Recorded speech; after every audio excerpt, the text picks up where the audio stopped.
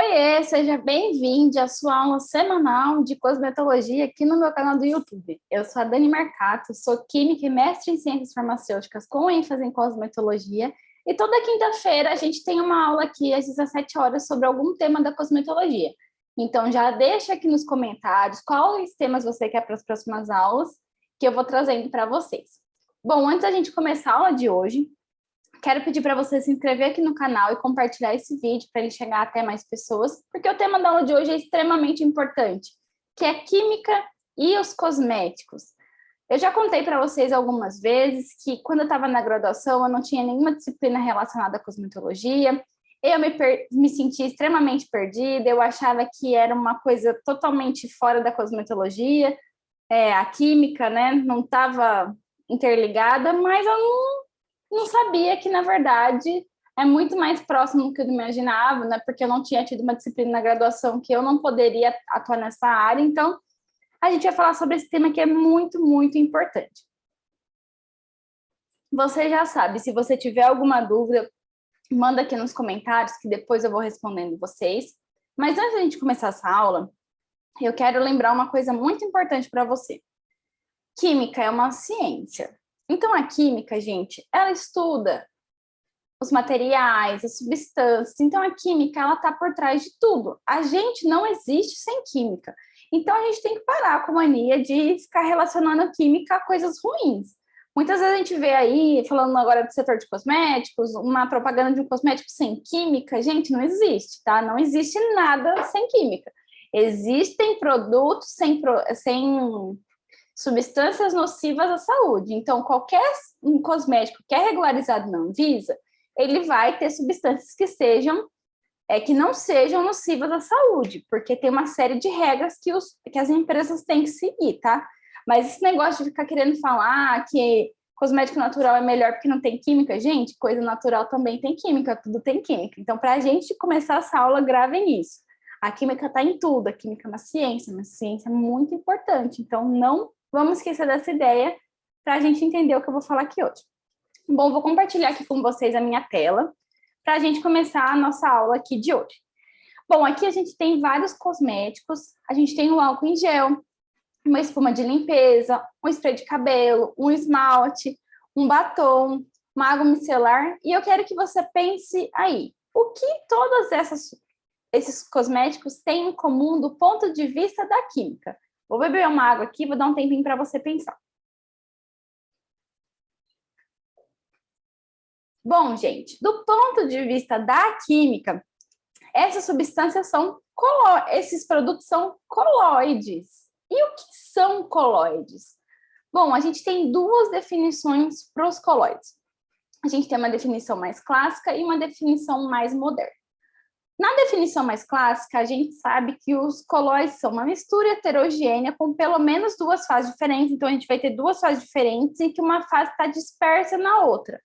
E que possui pelo menos uma dessas fases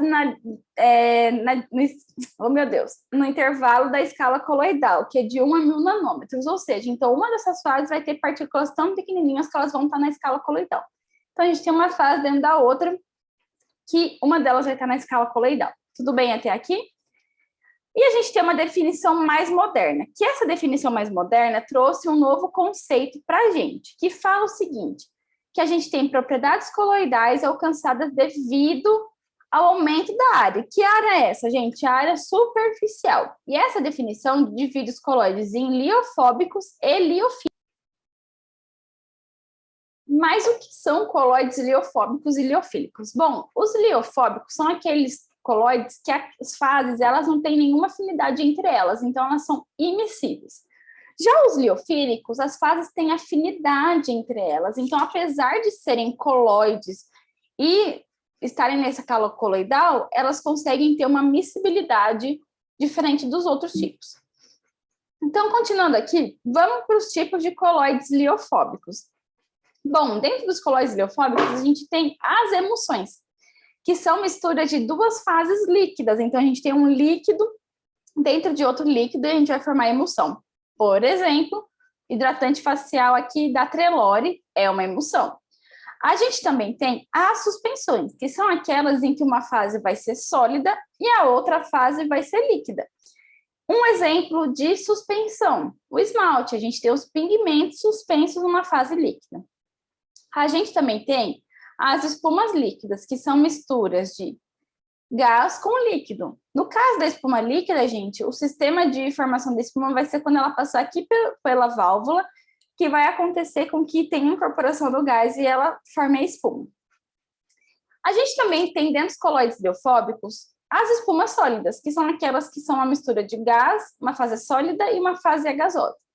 Nos cosméticos, eu nunca vi um exemplo para falar para vocês, mas tem um acessório que a gente usa nos cosméticos que é um exemplo disso, que são aquelas esponjinhas de maquiagem. Acho que vocês conseguem visualizar.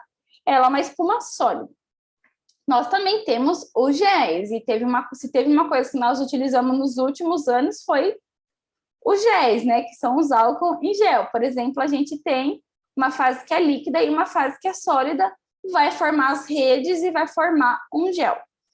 Nós também temos, gente, os sóis, que são misturas de duas fases sólidas. Então, a gente tem uma fase sólida e outra fase sólida. Por exemplo, um batom em bala. Nós temos aqui apenas fases sólidas. E ainda dentro dos coloides liofóbicos, nós temos os aerossóis. A gente tem o aerossol líquido, que é uma mistura de líquido com gás, e o aerossol sólido, que é uma mistura de sólido com gás. Nesse produto de cabelo aqui, a gente não consegue falar exatamente qual é, porque geralmente é uma mistura desses dois. Então, a gente tem aqui uma mistura desses dois tipos de coloides aqui. E agora a gente vai para os coloides liofílicos, que são aqueles que eu falei para vocês que têm uma certa miscibilidade. Nós temos as soluções micelares, por exemplo, a água micelar. Lembrando que o termo micelar nem sempre, muitas vezes ele é utilizado pelo marketing e às vezes o produto nem é micelar. Micelas são estruturas características do surfactante. Então, em solução. Então, quando a gente tem o surfactante em solução, a gente vai ter as micelas. Então, todo produto que tem o surfactante em solução vai ser um produto micelar de certo modo. A gente também tem as soluções poliméricas, que são soluções que têm polímeros. Então, por exemplo, é difícil a gente achar uma solução polimérica sozinha, mas, por exemplo, em shampoos a gente usa polímeros, em sabonetes a gente usa os polímeros, e eles vão trazer estruturas diferenciadas para aquela formulação.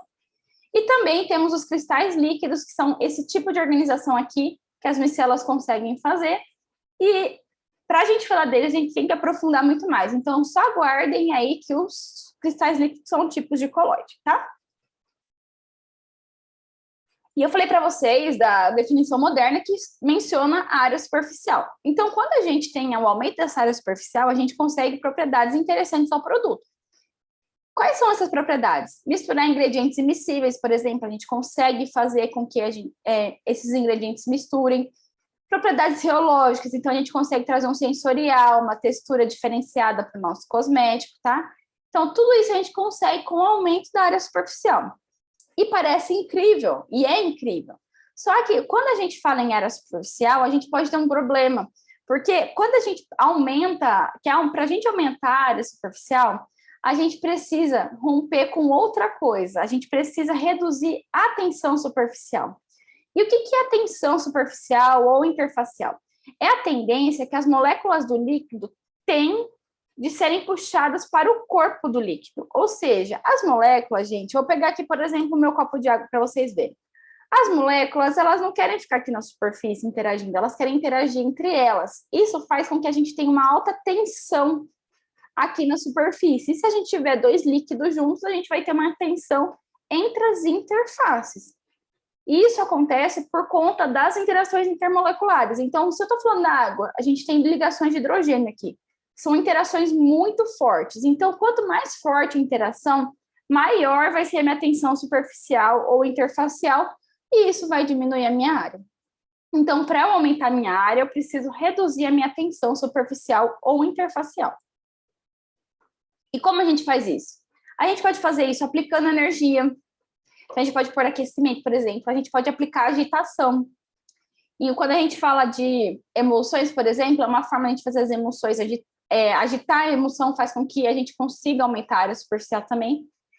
E a gente pode reduzir a tensão superficial. E uma das melhores formas de a gente fazer isso é com substâncias específicas que são os surfactantes.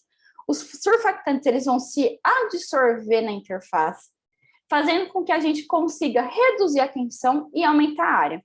Então, para a gente estabilizar uma formulação, por exemplo, a gente precisa do surfactante, porque sem ele a gente não vai conseguir que a nossa formulação aumente a área, vai ter uma alta tensão superficial ou interfacial ali, isso vai acabar atrapalhando tudo. Bom, gente, então, gravem isso. Os cosméticos são colóides, os cosméticos são pura química, a gente não levando para um sentido maléfico que o pessoal gosta, né? Química é uma coisa boa, química é uma ciência que estuda substâncias, então vai ver o que faz bem, o que faz mal, não só o que faz mal. Então é isso. Se você ficou com alguma dúvida, manda aqui embaixo desse vídeo, que depois eu venho responder para vocês. Semana que vem tem aula de novo, então já fica atento aqui, se inscreve no canal para você não perder nenhuma aula. É isso, gente, até semana que vem. Tchau!